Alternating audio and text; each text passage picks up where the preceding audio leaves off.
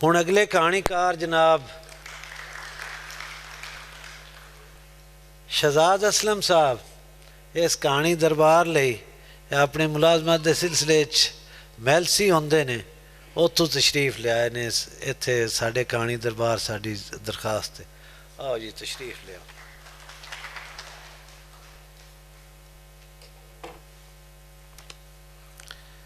छोटी जी कहानी है, एक पेज की ज़्यादा तुहानूं उड़ीक नहीं करनी पवे खत्म होने की। सरनामा है जी मोची। मोची का हथ उन्होंने दस देंदा जनौर किवें मरिया ते उहदी उम्र किन्नी सी। उहदे पोटे चम नाल गल्लां करदे, चम भी उन्होंने वो गल्लां दस देंदा ਜਿਹੜੀਆਂ चुमार लुकाई फिरदे सन। वरियां मगरों उहदे हथ वो खल भी फड़दे जिहड़ी किसी जनौर की पीढ़ी का अखीरला सिरा हुंदी। मोची कलबूत नाल चम नूं नवीं हयाती देंदा ते जनौर इंज ही भज्जण लग पैंदे जिवें जिउंदे पइदे सन। बस अंदरों खाली होवन नाल शक्ल बदल जाती। मझां ते खोतियां दीयां खल्लां ही सन जिन्हां पूरी हयाती हंडी ते अपनी मौत आप मरे, बाकी खल्लां चों रत वगदी।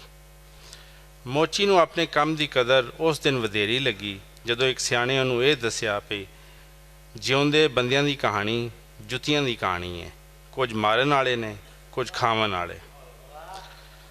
वेला फिरिया ते नवीं मशीनां आवन नाल मोची का काम घटन नाल कदर भी घट गई।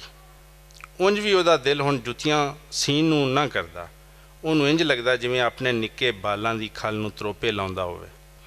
एक दिन उस अपनी हट्टी बंद कर दित्ती क्यों जे उहदे हथ दे पोटियां उहनूं दस दित्ता सी खल्लां कूड़े ते मलोक गोश्त वाले जमांदरू जनौरां दियां ने। मेहरबानी।